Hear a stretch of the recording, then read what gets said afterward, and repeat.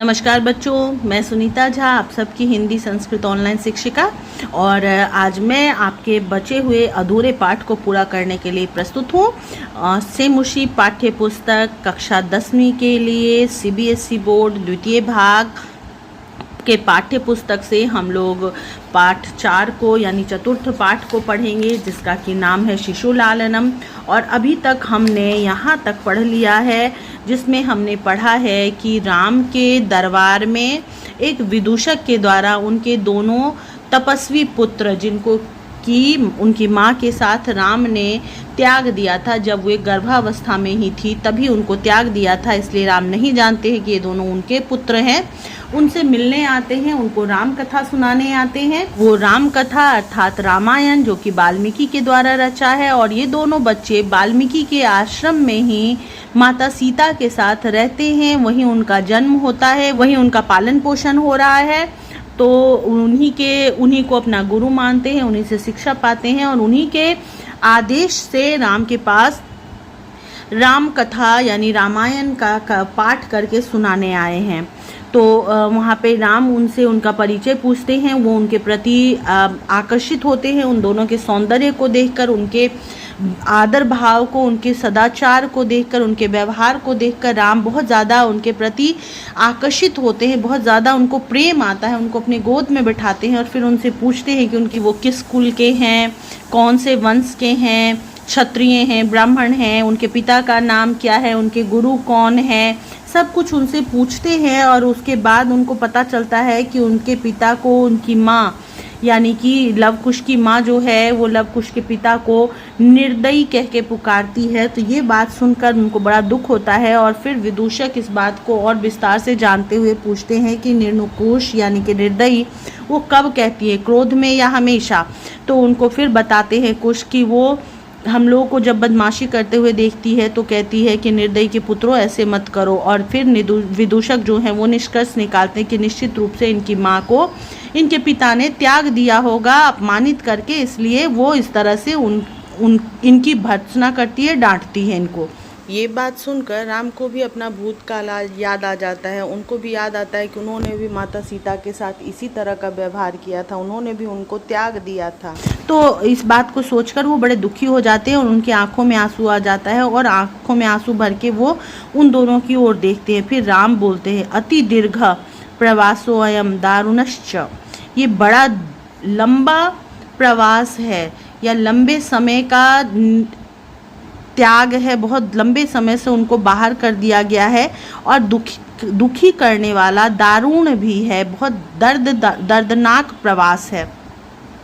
विदूषकम अवलोक्य जानान्तिकम, और विदूषक को देखकर जानान्तिकम यानी इशारे से अपने पास बुलाते हैं विदूषक को राम। और फिर कहते हैं कुतूहलेनाविष्टो मातर मनयोर नामतो वेदितुम इच्छामि। राम कहते हैं कौतूहल की वजह से, कौतूहल से मेरे मन में ये जन्म ले रहा है कि मैं इनके मातर मनयोर नामतो, इनके माता के नाम को भी जानूं। मेरा मन कर रहा है कि मैं इनकी माता के नाम इनसे पूछूं। न युक्तम च, लेकिन यह सही नहीं है। स्त्रीगत मनुयोग तुम विशेषतस्तपोवने, ये सही नहीं है कि मैं किसी स्त्री के विषय में पूछूं और खासकर विशेषकर किसी तपोवन में रहने वाली तपस्विनी के विषय में मैं बच्चों से पूछूं। किसी औरत का नाम पूछना या किसी के बारे में जानकारी लेना किसी औरत के विषय में जो कि मेरे अपनी परिचय में नहीं है और विशेषकर तपोवन की वासिनी है, तो इसको ये मेरे लिए सही नहीं है, ये गलत काम है।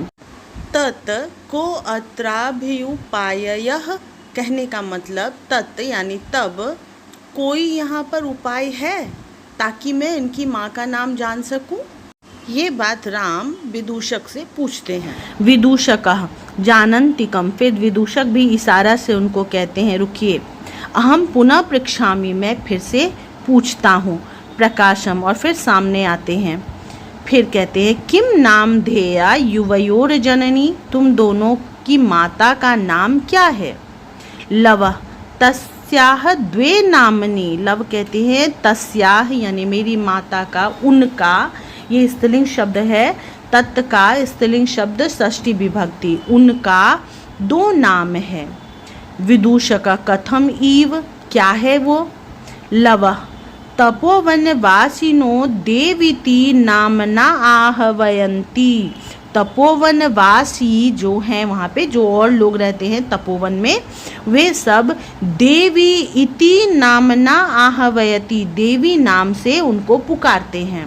सीता जो लव कुश की माँ है उनको तपोवन के वासी लोग देवी नाम से पुकारते हैं। और भगवान वाल्मीकिर वधूर इति, और भगवान वाल्मीकि जो हैं वो वधू कह के पुकारते हैं यानी बहू कहकर बुलाते हैं उनको। राम कहते हैं अपि च इतस्तावत वयस्य, मुहूर्त मात्र, मुहूर्त मात्र मतलब थोड़ी देर के लिए, और वयस्य मतलब मित्र, मैंने पहले भी बताया था। वो कहते हैं कि मित्र इधर आ सकते हैं क्या, थोड़ी देर के लिए ही। ये वाक्य जो है वो प्रश्नवाचक में बदल जाता है, जैसा कि मैंने आपको पहले भी बताया कि अगर अपि वाक्य में आरंभ में जुड़ जाता है, शुरू में लिखा होता है, तो वाक्य जो होता है वो प्रश्नवाचक बन जाता है। तो यहाँ पर भी अपि का अर्थ भी ना होकर क्या हो जाएगा, ठीक है? तो प्रश्न हो जाएगा कि क्या आप थोड़ी देर के लिए यहाँ आएंगे? विदूषक उपसृत्य, विदूषक उनके पास जाते हैं और फिर बोलते हैं आज्ञा पयतु भवान, आज्ञा दीजिए आप। भवान का मतलब होता है आप, और लोट लकार में यहाँ पे क्या कहा गया है, आज्ञा पयतु यानी आज्ञा दीजिए। राम अपि कुमारयोर नयोरस्माकं च सर्वथा समरूपः कुटुम्बवितान्तः, और राम कहते हैं अपि जैसा कि पहले लगने के बाद ये प्रश्न हो जाता है, कहते हैं क्या कुमारयो दोनों कुमारों के और अस्माकम हमारे परिवार की कथा सर्वथा समरूप कुटुंब वृतांत, कुटुंब का वृतांत परिवार की कथा समरूप समान नहीं है। मतलब राम उनसे कहते हैं कि क्या इन दोनों कुमारों की, दोनों बच्चों की और हमारे परिवार की कथा बिल्कुल एक जैसी, सर्वथा समान रूप से एकदम एक जैसी नहीं है हमारे परिवार की कथा। फिर नेफ्ते, नेफ्ते मतलब पर्दे के पीछे से आवाज आती है, यति बेला संजाता, इतनी देर हो गई, यति बेला बहुत समय हो गया। रामायण गानस्य नियोग किमर्थम न विधीयते, रामायण के गान की व्यवस्था, नियोगा मतलब व्यवस्था, किस लिए, किमर्थम मतलब किस लिए नहीं हो रहा। उभव दोनों कहते हैं राजन, उपाध्याय दूतो अस्मान त्वरयति, उपाध्याय यानी गुरु के दूत अस्मान हम दोनों को जल्दी करने के लिए कह रहे हैं। राम मया अपि सम्माननीय एव मुनि नियोगा, राम कहते हैं मेरे लिए भी सम्माननीय है मुनि का कार्य, या मुनि का के बात के द्वारा जो कहा गया है वो मेरे लिए भी सम्माननीय है। तथा ही क्योंकि भवंतो गायंतो कविरपि पुरानो व्रत निधिर, मतलब आप दोनों गाने वाले हैं। भवन तो भवान शब्द का द्विवचन है यानी आप दोनों, और गायन तो वही गायक हैं, 2 गायक हैं। आप दोनों जैसा सुंदर व्यवहारिक बच्चा इसको गाने वाले हैं। और कवि भी जो हैं वो पुराणों के और ज्ञान के निधि के समान, खजाने के समान, सागर के समान हैं। वो मुनि हैं, वो मुनि यानी कि वाल्मीकि जो हैं वो ज्ञान के खजाने के समान, सागर के समान है, और आप दोनों गाने वाले हैं। तो मेरे लिए भी ये बड़ा खुशी का माहौल है, खुशी की बात है कि मैं इसको सुनूं, सम्मान की बात है।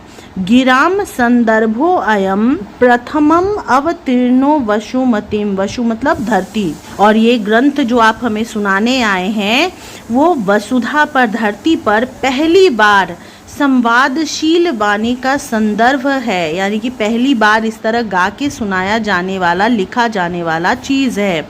कथा च यम सलाघया सरसी रूहनाभ्यस्य नियत, और ये कथा जो है वो भी कमल नाभि सरसी रुह नाभ्य, यानी कमल नाभि विष्णु से संबंधित है, जो कि बहुत ही सराहनीय कथा है, प्रिय कथा है और स्मरणीय कथा है, राम कहते हैं। च और इयम के मेल से संधि से चेयम बना है, इसका मतलब है और ये। विष्णु को कमल नाभि इसलिए कहा जाता है क्योंकि विष्णु की नाभि से कमल निकला था, कमल का जन्म हुआ था और उस कमल के अंदर से ब्रह्मा का जन्म हुआ था, तो इसीलिए विष्णु को कमल नाभि कहा जाता है। तो राम कहते हैं कि सब कुछ तो बहुत अच्छा है इसमें, साथ ही ये कमल नाभि यानी विष्णु की कहानी है तो वो भी बहुत सुंदर है। पुनाति अतः श्रोतारम रम्यति च सोयम परिकर, अतः निश्चित रूप से एक कथा का ये संयोग जो है, जो आप हमें सुनाने वाले हैं, उसका संयोग जो है वो सभी श्रोताओं को पवित्र करेगा और सबको प्रसन्न करेगा। रमयति मतलब सब इसको सुनकर खुश होंगे, सबको ये मुग्ध करेगा, अच्छा लगेगा। रमण मतलब अच्छा लगना। तो संयोग क्या है कि लव और कुश गाने वाले हैं, कवि हैं मुनि वाल्मीकि जो कि पुराणों के खजाने के समान है, सागर के समान है, और धरती पर प्रथम बार वाणी का संदर्भ यानी गाने योग्य इस तरह का ग्रंथ लिखा गया है। उसके अलावा जो ये कथा है वो विष्णु की कथा है, जिसको कि कमल नाभि कहते हैं, जो कि अपने आप में ही सबसे महान है, तो उनकी कथा है।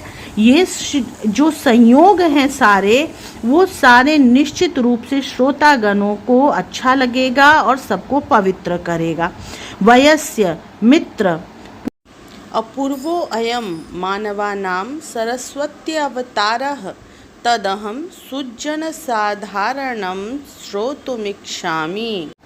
फिर वो कहते हैं मित्र, मनुष्य का यह सरस्वती अवतार जो है, यानी जो गाने के लिए आए हैं वो ज्ञानी हैं, तो ज्ञानी जो है वो सरस्वती के रूप में है, तो सरस्वती अवतार जो है वो अपूर्व है, मतलब ऐसा कहीं और नहीं मिला है।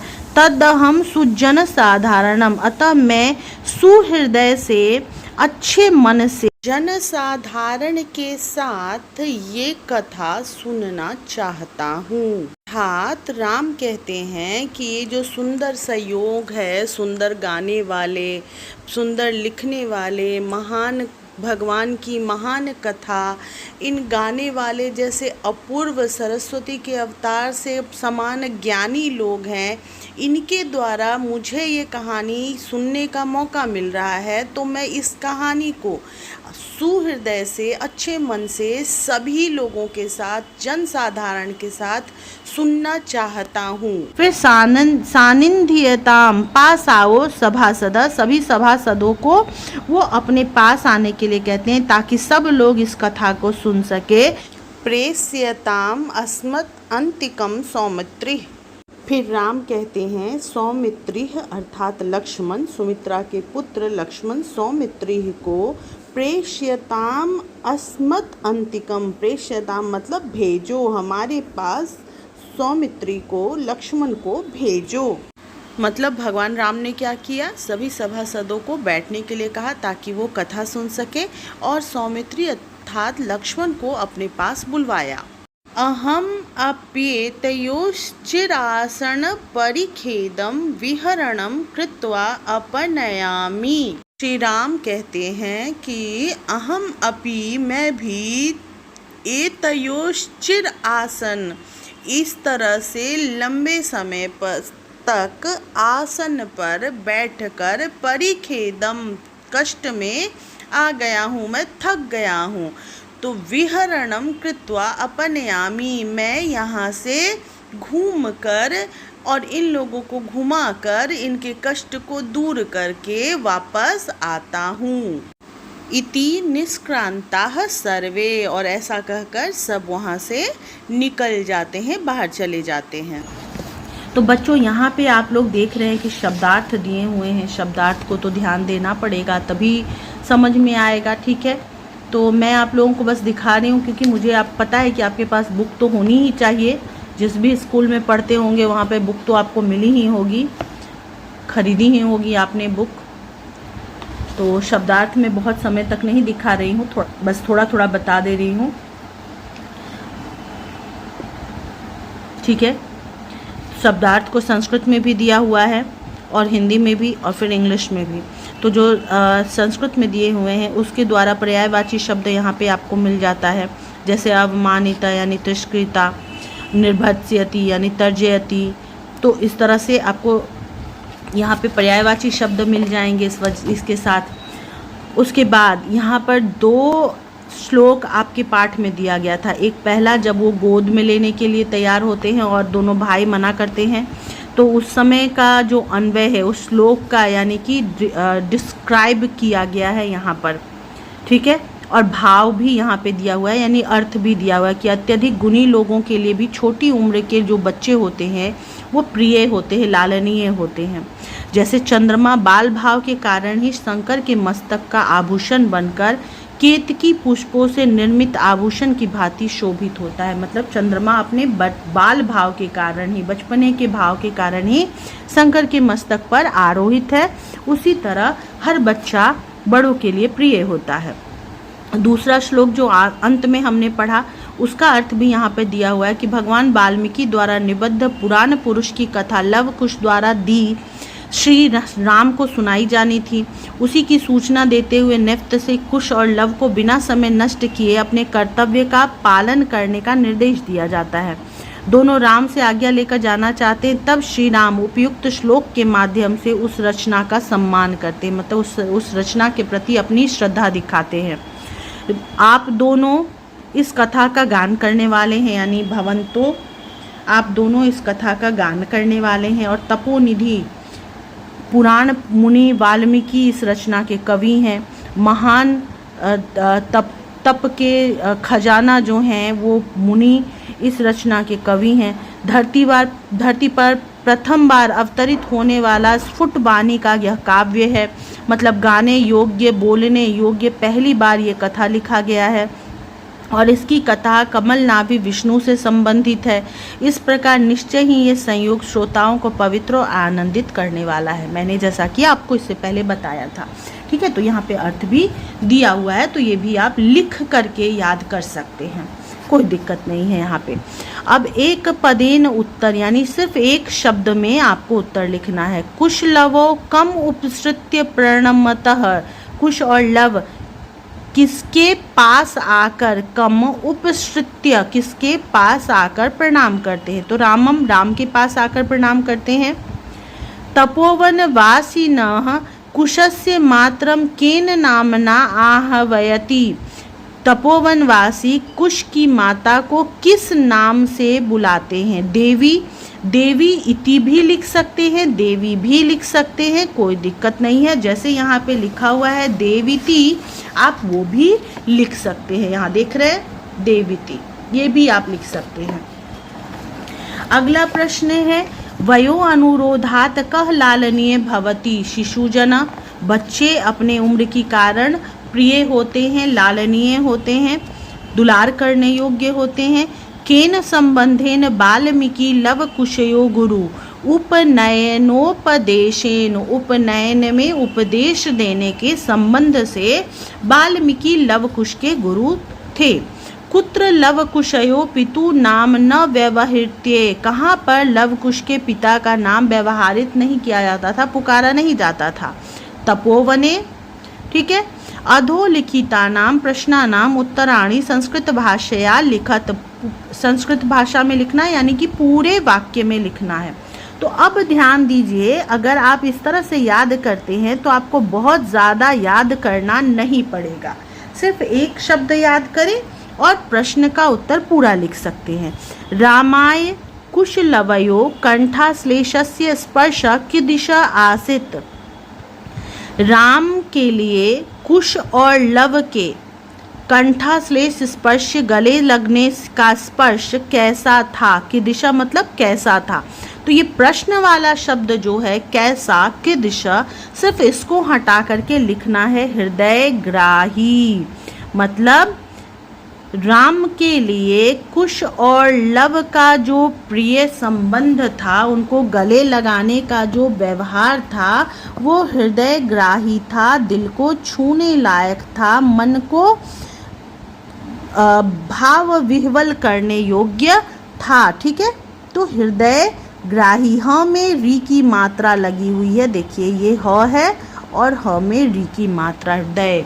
ठीक है, राम लव कुशो कुत्र उपवेशयितुम कथयति।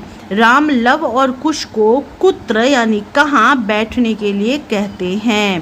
अंके, तो अंके मैंने जैसा आपको बताया कि अंग में क लगाने से भी बन सकता है और यहाँ पर अनुस्वार के रूप में लिख करके भी आप लिख सकते हैं। तो मैं जानती हूँ कि ऐसा लिखने में आप लोग वर्तनी में शुद्धि जरूर करेंगे, तो इसको मत लिखिएगा, ऐसे आप लोग लिख करके अपना काम पूरा कर सकते हैं, उत्तर गलत नहीं होगा। अंके यानी कि अपने गोद में बैठने के लिए राम कहते हैं।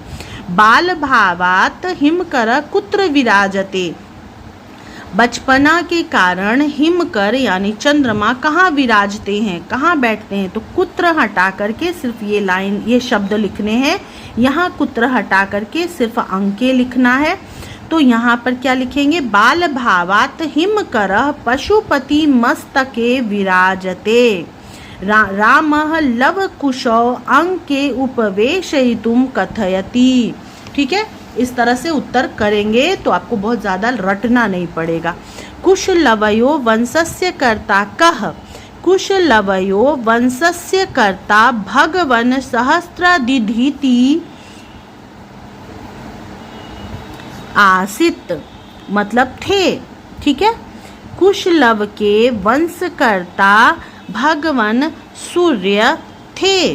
ठीक है, उसके बाद है कुशलवयो मातरम वाल्मीकि केन नामना आहवयति। कुशलव की माता को वाल्मीकि किस नाम से बुलाते थे, तो केन के जगह बधू इति लिखेंगे। कुशलवयो मातरम वाल्मीकि बधू इति नामना आहवयति।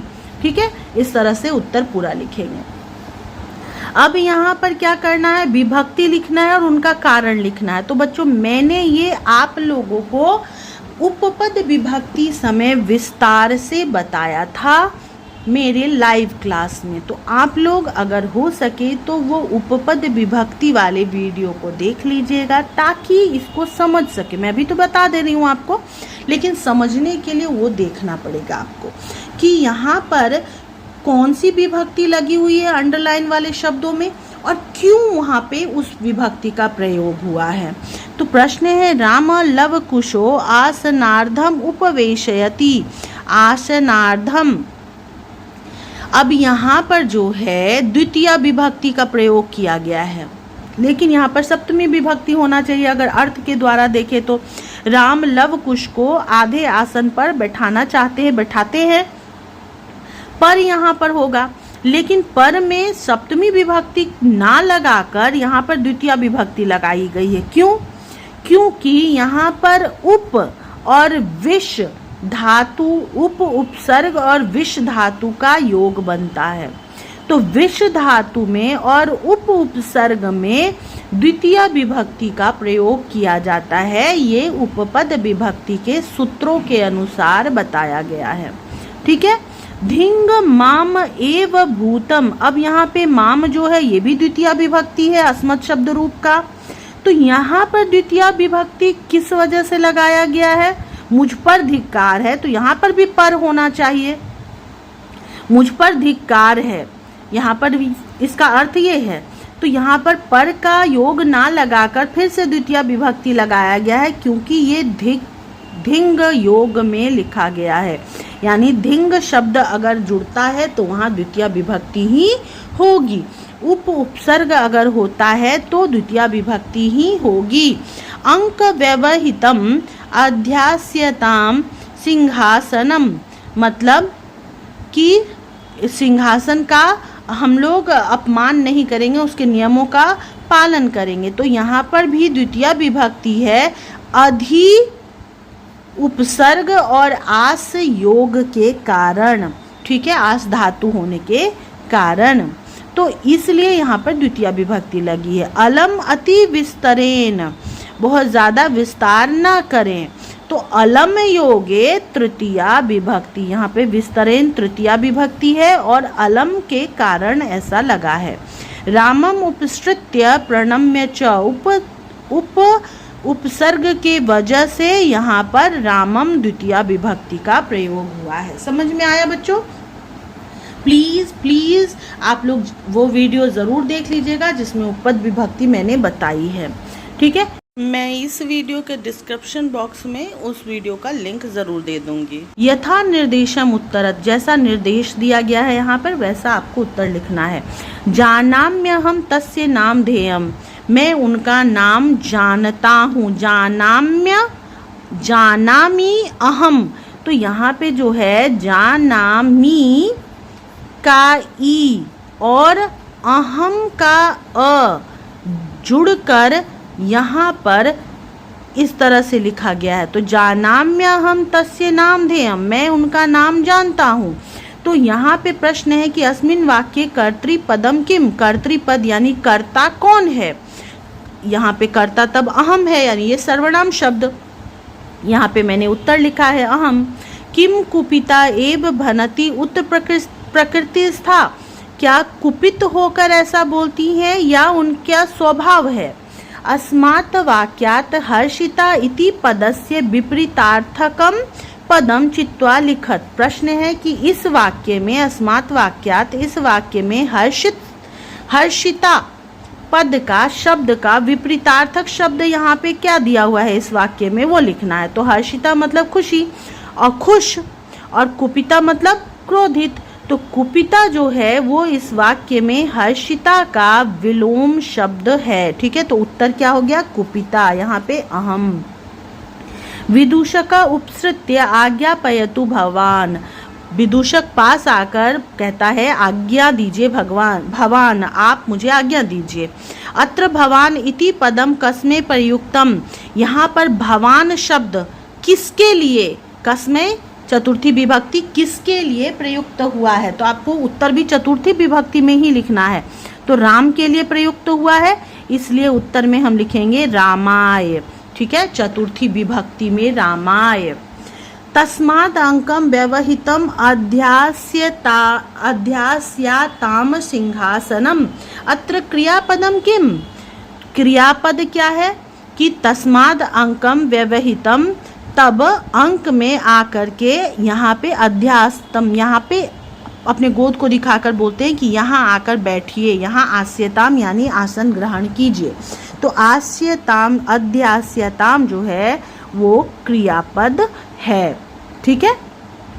वयसस्तु न किंचिद अंतरम, उम्र में भी कोई अंतर नहीं है। अत्र आयुषः इत्यर्थ किम पदम प्रयुक्तम, आयुषः मतलब उम्र, वयस मतलब भी उम्र, तो इसका जो है आयुष इत्यर्थे, उसी अर्थ के लिए कौन सा शब्द प्रयोग किया गया है? तो यहाँ पे उत्तर हो जाएगा वयसः, वयसः शब्द प्रयोग किया गया है आयुषः के लिए। ठीक है। सव्यवधानम न चारित्र लोपाय, कह कम प्रति कथ्यति, कौन किसके लिए कह रहा, किसको कह रहा है? तो सव्यवधानम न चारित्र्य लोपम, इससे कोई नियम त्रुटि नहीं होगी, नियम नहीं टूटेगा। राम कहते हैं लव और कुशौ, लव और कुश दोनों को। किम कुपिता एव भनति उत प्रकृति स्था, क्या कुपित होकर ऐसा बोलती है या स्वभाववश? तो ये बात विदूषक पूछते हैं कुश से, है ना, क्योंकि कुश ही जवाब देता है कि माँ हम लोगों को डांटती है तब निर्णुकोश बोलती है पिता को, तो कुश से ही विदूषक पूछते हैं। जानाम्यहम तस्य नामधेयम, ये बात कुश बोलते हैं राम से, क्योंकि राम उनसे उनके पिता का नाम पूछते हैं, तो इसलिए कुश राम से ये बात कहते हैं कि मैं उनका नाम जानता हूँ। तस्या द्वे नामनी, उनका दो नाम है, ये बात लव कहते हैं विदूषक से, क्योंकि विदूषक ने उनकी माता का नाम पूछा था, तो वही बता रहे कि मेरी माँ का दो नाम है। वयस्य अपूर्वम खलु नामधेयम, राम कहते हैं ये नाम तो बड़ा अपूर्व है, ये बात राम कहते हैं विदूषक को, क्योंकि वयस्य मित्र है। ठीक है। यहाँ तक सब समझ में आ गया आप लोगों को। अब आगे बढ़ते हैं। यहाँ पर पर्याय शब्दों को पहचानना है और समक्ष में सामने लिखना है, इस ब्रैकेट में से पहचानना है। हिमकर, हिमकर के लिए पर्याय शब्द हिमकर यानी चांद, पर्याय शब्द शशि और निशाकर यानी रात करने वाला। ठीक है। सूर्य शब्द के लिए भानु होगा, सूर्य होगा। यहाँ पर हम लोगों का कौन सा शब्द दिया हुआ है, सहस्रादिधि के लिए सूर्य और भानु है। ठीक है। संप्रति उसके लिए अधुना और इदानिम। ठीक है। संप्रति का मतलब होता है आजकल या अभी। ठीक है। तो इस तरह से समुदाचार के लिए शिष्टाचार, सदाचार शब्द वहाँ पे लिखा हुआ है। पशुपति का लिखा हुआ है पर्यायवाची शब्द शिव और चंद्रशेखर। ठीक है। उसके बाद तनयः यानी कि पुत्र, सुतः पुत्र वहाँ पर लिखा हुआ है ब्रैकेट में। ठीक है। वो आप लोग मिला लीजिएगा। ओके। अब प्रश्न है विशेषण पदों को विशेष्य से मिलाना है। तो विशेषण है सलाघया कथा। ठीक है। उदात्त रम्य समुदाचार, कितना सुंदर आचार विचार है, सदाचार है। अति दीर्घ प्रवासः। ठीक है। समरूपः कुटुंब वृत्तान्तः, मतलब समान, एक जैसा कुटुंब की कहानी बिल्कुल एक जैसी है। हृदय ग्राही स्पर्श, दिल को छूने वाला स्पर्श। कुमारयो लवकुशयो। ठीक है। ये यहाँ पे लिखा हुआ है, आप लोग मिला लेंगे। ये 1 के लिए है, ये क्वेश्चन नंबर 2 के लिए है, ये 3 के लिए है, ये 4 और ये 5 के लिए। ठीक है। अब यहाँ पर संधि करके लिखा हुआ है जो कि आपके बुक में ही दिया हुआ है, वही सारे शब्द हैं, वो मैंने यहाँ पे लिख दिया है। ठीक है। यहाँ पे ज्ञ लिखा हुआ है, अभिज्ञो अहम,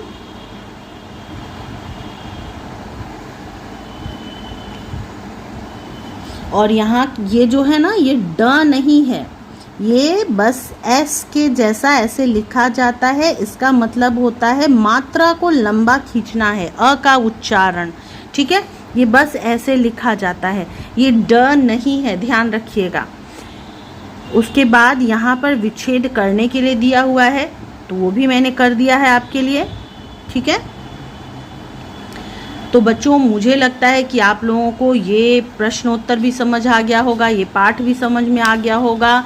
कुछ हो सकता है व्याकरण में आप लोगों को कहीं पे परेशानी हो, अगर ऐसी कोई बात होगी, कोई परेशानी होगी, तो आप लोग बेझिझक बिना किसी संकोच के मुझसे प्रश्न कर सकते हैं।